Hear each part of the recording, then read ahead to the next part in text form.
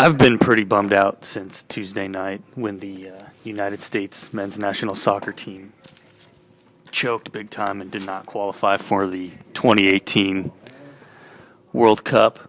Just an absolute dismal performance in Trinidad and Tobago. But fortunately, it's Friday, which means high school football.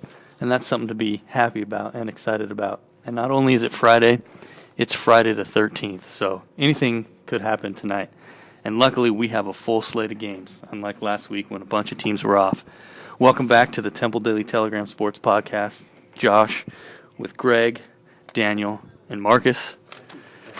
A bunch of area teams are opening up district tonight. Temple is on the road at Brian Rudder. Belton is off. We still have not figured out what is going on in Cameron with the Yeomen. So we have a bunch of talk about tonight.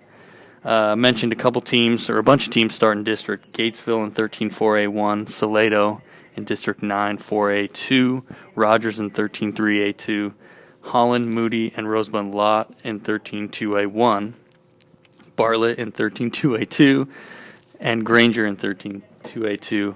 Also, CTCS opening up their TAPS district as well. Whole bunch going on. But I think we'll start with Greg, who will be in Bryan for the Temple Rudder District 18 5A game. This one looks like a fairly easy task for the Wildcats on paper, but you never know, and that's why they play the games. Yeah, you would expect a pretty easy Temple win tonight. Rudder is a team that Temple didn't have any problems with last year. I think it was 56-13 at Temple, and I mean that was a game where Temple played its reserves really throughout the second half, so it probably could have been worse than the 56 and the 13. But this is maybe Temple's last opportunity to have the kind of game where you can build a decisive lead early and then get your backups and your younger players a lot of playing time. I mean, they had that chance against Waco University a couple weeks ago, and I think Temple will look to follow that same game plan. And Temple right now you kind of look for how many hurdles are they clearing in that district. University and Rudder are the two teams at the bottom. Everybody else is either good or really good. I mean, I think you put Temple in that upper echelon along with College Station. I think A&M Consolidated, was undefeated going in last week, and Temple, after being up 21-0 at the end of the first quarter and kind of looked like it was on easy street, Consolidated really battled back and made it a game. I mean, really had a chance to force overtime in the last minute. And, luckily for Temple, Dalvin Fillmore made an interception in the back of the end zone with 20 seconds left to seal that win. But I think Temple, they like the fast start, but they also learned a lesson about possibly relaxing or losing focus. And, that could help Temple down the road if they, get off to a similar lead, knowing, hey, we can't step off the gas against a good team. But I think when you just look at the matchup with Rudder having been outscored 192-27 this year in 5 games, just really struggled to put together any offense. They do have a good running back, Cavante Johnson. He's got about 570 yards, and so he's averaging well over 100 yards a game, and I think he ran for about 170 against Waco last week. The problem is he lost 3 fumbles. So if you're a team looking for positives, with Rudder, I mean, turnovers, you got to start there. If you turn the ball over, you have no chance to beat a better team. If you hold on to it, you give yourself a chance, a fighting chance. But they're still a little immature as a program, and have a first-year head coach, Greg Morgan. So, I know he'll be hoping to get things going down the road, but for now, it's kind of tough sledding for the Rangers. You wrote about it a little bit in your weekly Temple notebook, which appears every Thursday in the Temple Daily Telegram.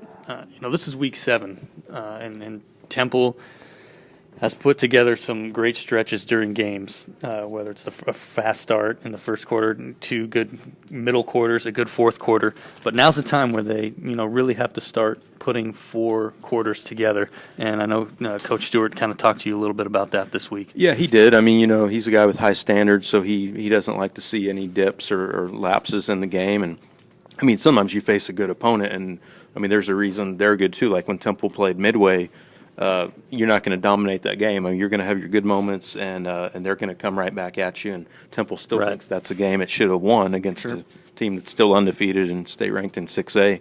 But yeah, I think, I mean, and really, let's say Temple goes over to Rudder and wins handily.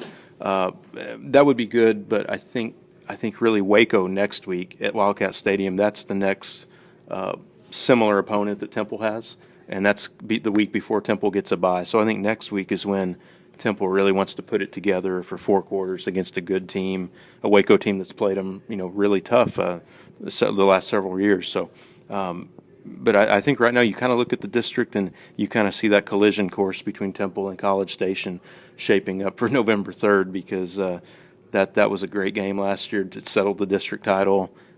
They're the only 2 undefeated teams in district right now. Tonight, Consolidated has a big game against College Station, so obviously somebody will get it lost, and College Station could be 3-0 coming out of that game. So that's a game to keep your eye on down the road. But tonight, I think with Temple, the defense is looking pretty good, with the exception of a couple of plays against Consolidated. And another development to watch out for on Temple's offense is the emergence of a couple of younger guys. Anthony Jackson at running back. He's been up around 190 yards combined the last 2 weeks. He's a kid with an amazing burst, really a fast kid that they're going to start looking to get the ball in his hands more just to see what he can do. And then Keon Johnson, the junior wide receiver, he's a pretty physical kid. He's about 6'1", 190, and runs pretty well. And he's developing into that number 3 receiver with Xavier Johnson and Deontay Hextall. So that bears watching if he can continue to step up. Temple, with Anthony Jackson coming along, TJ Rumfield playing well at quarterback, the offense is getting harder to defend with each passing week. And I was curious, I mean, have you noticed Temple opening up the playbook a little bit more week to week, doing, adding some certain wrinkles and things like that? Well, last week we saw Temple try a double pass with Jared Wiley in the game. TJ Rumfield threw a long lateral to Wiley on the left side. And people remember Temple's run this play, in the state championship game against Aledo. It went for a touchdown with Tyler Hannon throwing it. So with Wiley being the backup quarterback, he's a guy with a big arm. And, Temple did show it, almost hit it. It didn't quite pan out. But I think, you've got the athletes. I think now that they're in district, going to have some good teams coming up. There's some plays that I don't think they've shown yet that you can kind of look out for. They just seem like they would have so many different options with those running backs you mentioned. The running backs and also the receivers. Whether it's a jet sweep, a reverse, an end around, a flea flicker. Right. I mean, there's all kinds of things you can do. And I mean, I think Temple's played it pretty close to the vest the first 5 or 6 games, but that's probably thinking we've got the athletes to just play straight up football and beat you, but they're going to have some games coming down the road where you might need that 1 or 2 unpredictable plays a game, and so look out for that. But for the most part, Temple's trying to just get it done with what it knows will work. But a good trick play is always good to keep in your back pocket. Yeah. Shifting gears a little bit, I mentioned earlier Belton is idle tonight, and they're feeling pretty good about where they're at during this bye week. 4-2 overall, 2-0 in district, coming off a 28-21 victory last week over Killeen on a last-minute touchdown run by quarterback Connor Carruthers. That was with 31 seconds left. Another really good performance overall. The first half was a little bit sluggish, and Coach Sam Skidmore mentioned that after the game and to me this week when I talked to him. But as a whole, Belton, which has won 4 games in a row, has set itself up pretty good for their last 4 games, and it's not going to be an off week for them, or it hasn't been an off week for them, because they have first place Houghton Midway coming up next week, and Midway beat Killeen pretty handily on Thursday night this week to move to 3-0 in district. They're number 8 in 6A and 7-0 overall. So Belton is not going to be resting on what it's done so far. They're going to continue to expand that offense, continue to work on that defense, and make sure they're fully prepared for Midway next week. A couple of notes on Midway. You mentioned how they came back late to beat Temple. They showed a lot of resilience in the last few minutes of that game, even though Temple still thinks it got jobbed by an official's call, but whatever. A couple notes on Midway that I think are interesting is, they've been dominant this year, but you look just back a couple weeks, they did give up 45 points to Copper's Cove. So I don't think this is a defense you can't move the ball and put up points, and Belton looks like they're trending in the right direction offensively. But just showing you how strong Midway is overall. Only team to beat Cedar Park this season, and only team to beat Round Rock Cedar Ridge this season. So those are two very good programs that have been really good all year, except they lost to Midway. So on the road, I would think it would take pretty close to Belton's best game to win. But I think it's a game they, on a good night, probably capable of winning it. Sure, and we'll talk more about that next week. But Midway's quarterback, Tanner Mordecai, where's he going? He's an Oklahoma commitment, and one thing people notice about him is he's a very willing runner, and he's a physical guy. He'll remind you. I don't want to say Tim Tebow exactly, as far maybe. I mean, any quarterback that you've seen that has some. Kind of like Sam Ellinger from Texas, actually. Mobile, I mean, maybe not the fastest guy, but quick enough, and he's not looking to shy away from contact. He'll drop the shoulder, look to be physical. So he throws the ball well, although against Temple, I think he completed less than 50% of his passes. So he's not the most accurate guy, but he throws a good ball, and you definitely have to watch out for him in the running game. And speaking of the passing part of what he brings, I think Thursday night against Killeen, he had a couple early interceptions.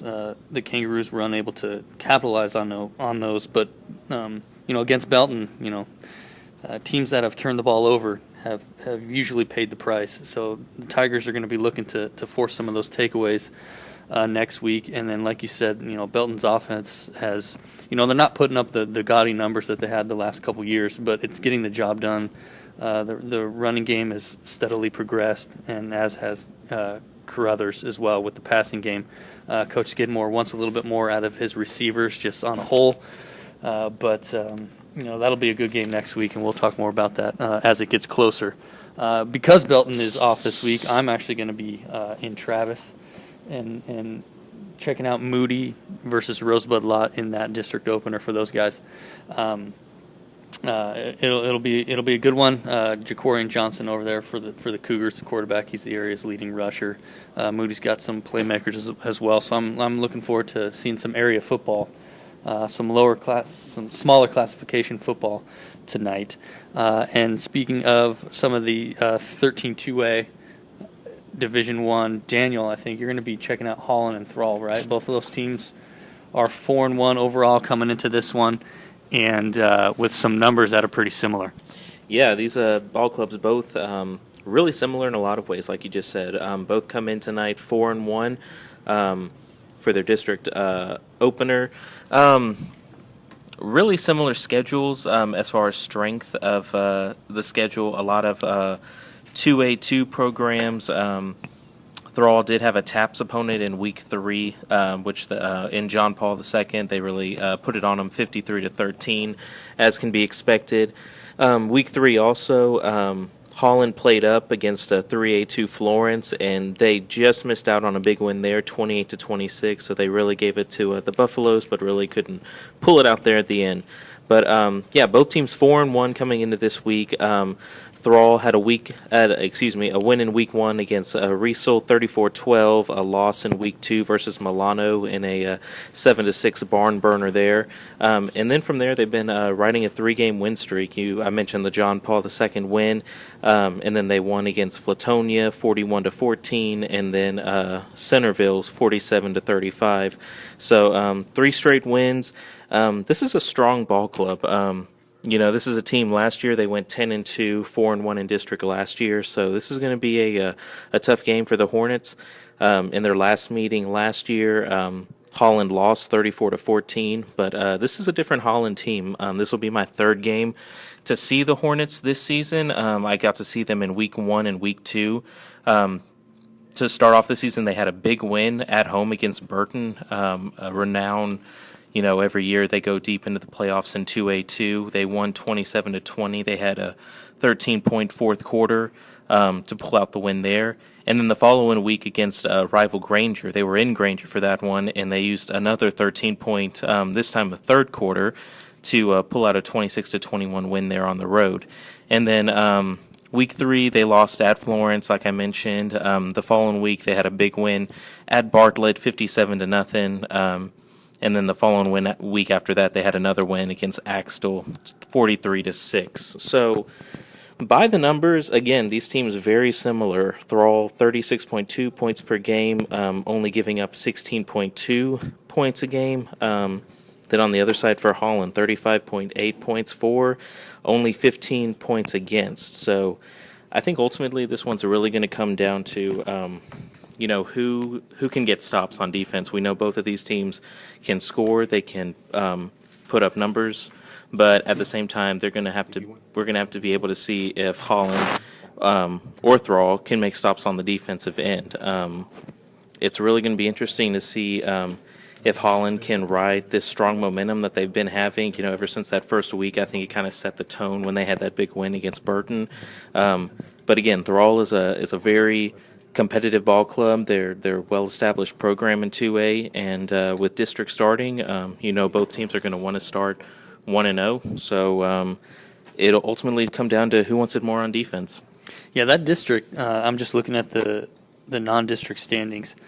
3 teams were 4-1. We got a couple at 2-3. And then Thorndale was 1-4. I mean, that looks like that district is going to be up for grabs. So a big first week for all those teams. 4 playoff spots, and looks like probably 5 of those teams are going to be battling out for those. So you're going to be out there tonight. We're going to have a reporter at the Salado Fairfield game, and we're also going to have one checking out Bruceville Eddy, and that is going to be Marcus.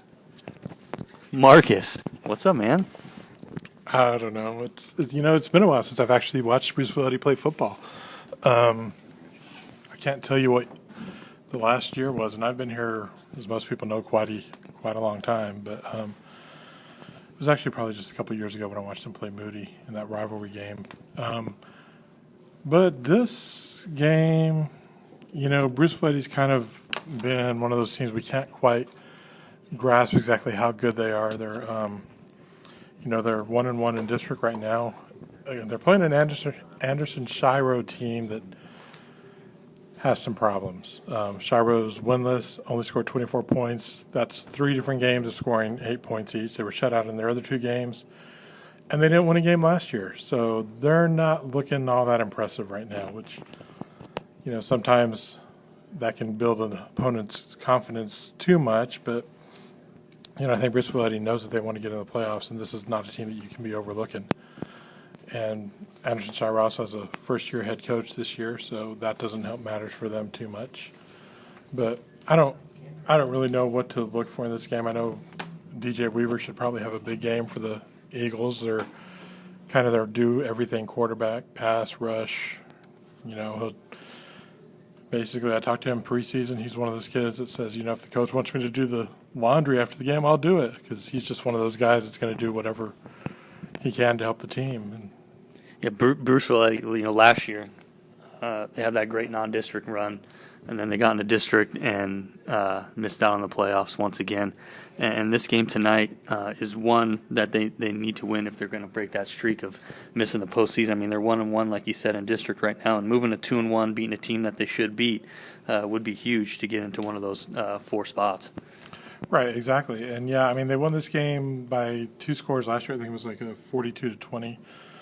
And I think, they've kind of struggled in the non-district schedule this year, which I kind of thought maybe surprised them, and maybe it's because maybe it was a little bit of a wake-up call coming into districts, knowing, hey, we got to be a lot more serious than we have been and do things right. And, they're going to be in the hunt for a playoff spot, and in that district it's going to be kind of tough. I mean, they've got the same teams that were right there last year that are going to be fighting for that spot. So I could see them ending district play anywhere from 2nd to maybe 4th or 5th place, but it's going to be a battle for them to make the playoffs, and this is one game that, if they have things to work on, this is a good game to take care of it, but, you can't just overlook your opponent. So we'll see what happens tonight. Definitely. I mentioned earlier also we're going to have someone out at the Fairfield Salado game Salado, one of two area teams undefeated still to this point in the season. They're 5-0. Gatesville also 5-0. Salado hosting Fairfield tonight, and the Eagles have, well, they're both Eagles, so the Salado Eagles have looked really solid from the get-go this year. Greg, I think you have a couple notes on this one. Yeah, I do. I think just one thing that's interesting about these districts that are just now starting up is just how meaningful each game is when you only get 5 of them. I mean, as opposed to a district where you get 6 or 7 games. I don't know if we have any districts right now where it's 7 games. No, I think okay, we have, 6 but we is do have enough, some. yeah. It just seems like when it's 6 games, the importance isn't quite as much on one. But this is like it's tough to overcome. Like if you're in a district where you only get 5 games, like if you lose your first 2, I mean, you pretty much have to win out, right? Because you're not going to have tiebreakers over many teams. So I think sense of urgency is a little bit more in these districts.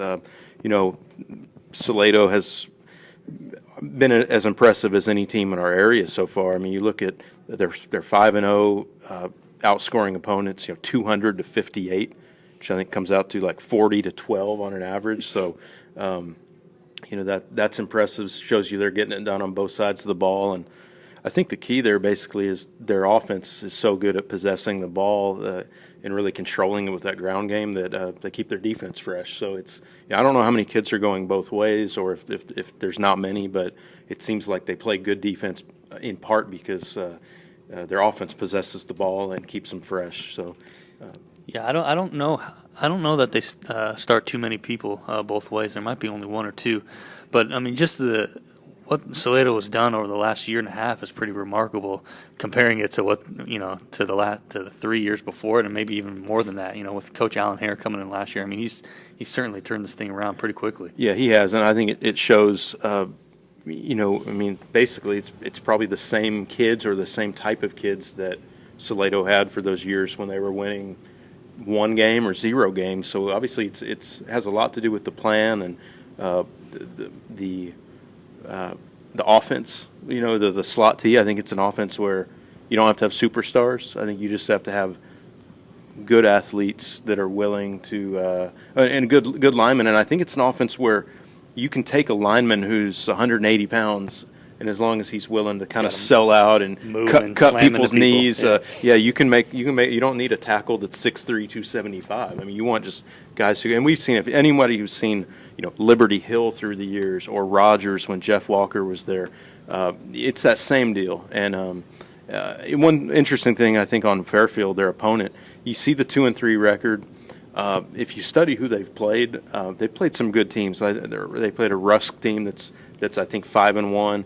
And then I noticed in Fairfield's last game, they only lost 21-14 at China Spring, which is about the same score that Cameron Yo lost to China Spring. But, and this is a team, and they played for a state championship as recently as 2013 and still have the same coach. So, they're not broken by any means. You look at the records, and you might think this might be a fairly easy win for Salado. I think it'll be a good game, but I think you have to give the edge to Salado based on everything we've seen so far. But I think Fairfield's a worthy opponent. And by the way, nobody else in the district is better than 2-3, except 5-0 Salado. So I think this may be the year where you go from being a team that gets into the playoffs to probably thinking Salado's the district favorite right now. One of the top seeds. Yeah. You mentioned how important these district games are when you only have 5 of them to play, and the other unbeaten team in our area, Gatesville, in 13-4A. I mean, you take a look at this district here. They're opening up at Lampasas, which is the only team in the district that doesn't have a winning record. Gatesville 5-0, Waco La Vega 5-0, Burnett 4-1, China Spring 4-1, Liberty Hill 3-1. I mean, that is stacked. Gatesville, I know, has to go on the road to play La Vega and China Spring this season. So the Hornets, who have looked great so far this year, have quite a task in that district to get to the playoffs. Yeah, no, I was just out at Gatesville yesterday running a piece on them, and I was talking to Coach Cooper, and he said this past week, they had their bye week last week in preparation for their district opener, and he said they really just kind of got back to the basics.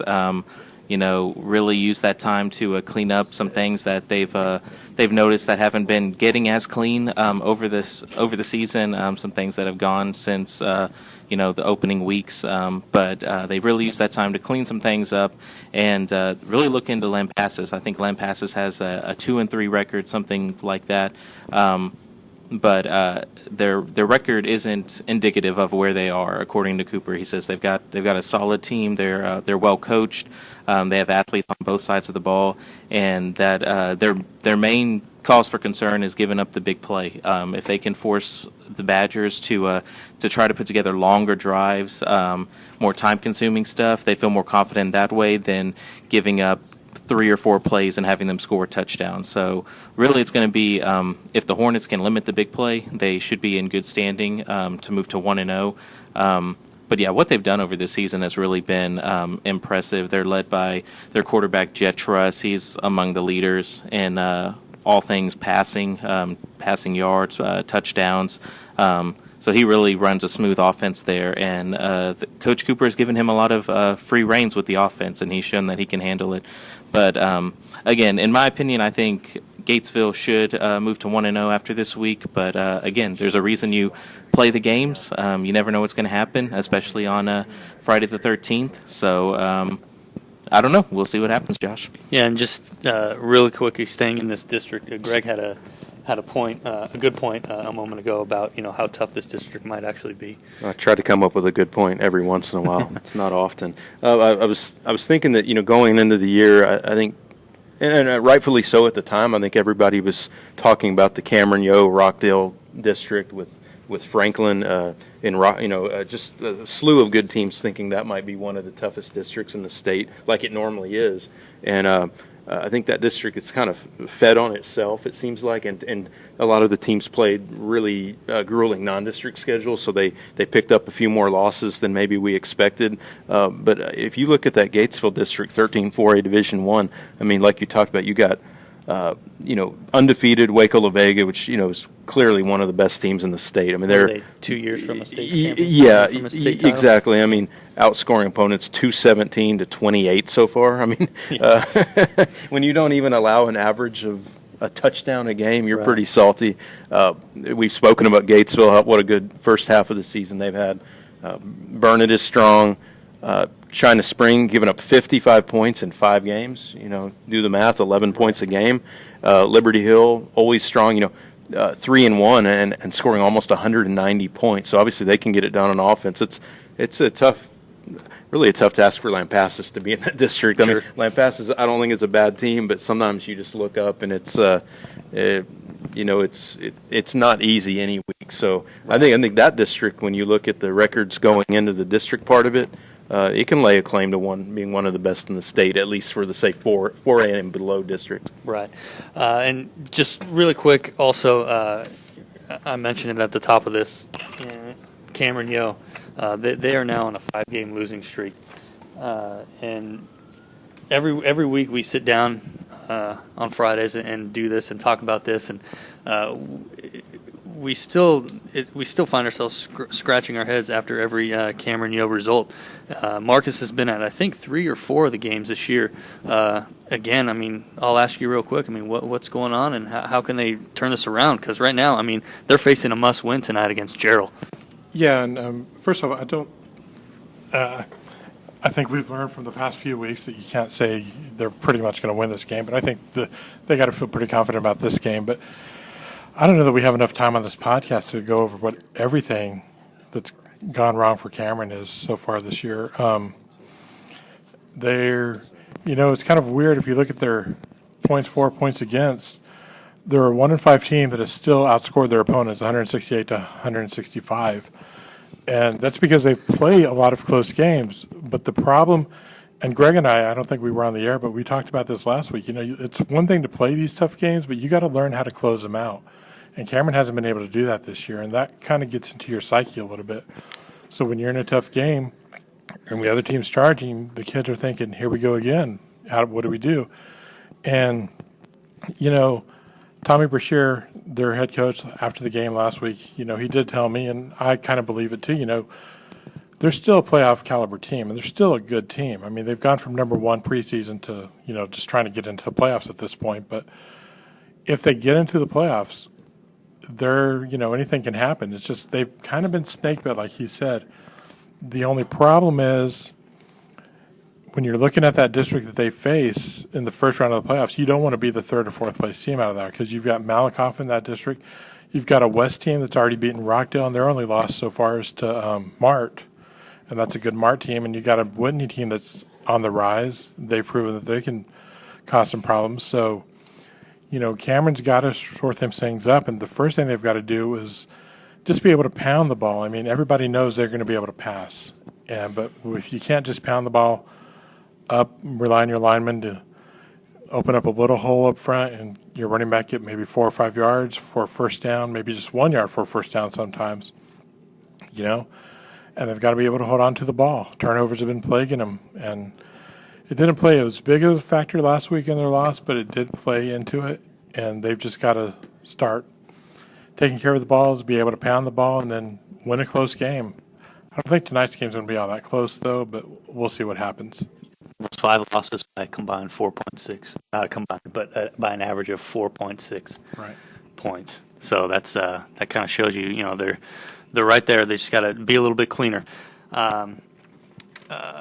Another game of interest for those who would like to travel.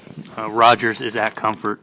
That game last year went to the Bobcats by 17, but Rogers wasn't playing last year like they are or have so far this season. The Eagles are playing a lot better to start the year, going into this one 3-2, and looking to put a stamp or a good start to district. I think last week was a good week for Rogers to take a little breather. I think they've been in a pretty tough grind for 5 games. It was a little bit of good, bad, and ugly. I mean, they had the opening loss 7-6 to Academy, and then lost again. Actually ripped off 3 wins in a row before Rockdale handled them pretty good the weekend. So I think kind of a good week to take stock and maybe heal up. And this is an interesting district because we're used to Rogers playing a lot of schools around here, a lot of close-by rivalry games in this district that they're in, 13, 3A Division II. It's a lot of travel for all the teams involved when you go to Blanco, Comfort, Johnson City, LBJ. Lexington is a familiar opponent for Rogers, and that could be a really good game down the road because Lexington is loaded and Rogers has improved. But just interesting to see what Rogers will do because they've shown flashes with their first-year head coach, Charlie Roten, and now the games count, and they really count. And let's see if Rogers can, at the very least, be one of the 4 of the top, get into the top 4 out of those 6, and maybe even challenge Lexington at the top of the district. Sure. A couple closing remarks here. UMHB hosting Howard Payne Saturday afternoon. Crusaders still number 1. Crusaders still cruising. So that'll be a fun afternoon for those of you who want to head out to Belton for that one. Please pick up a Temple Daily Telegram. It's 7 days a week. There's a lot of good stuff in it. We definitely appreciate you guys listening once again, and we'll talk to you next week.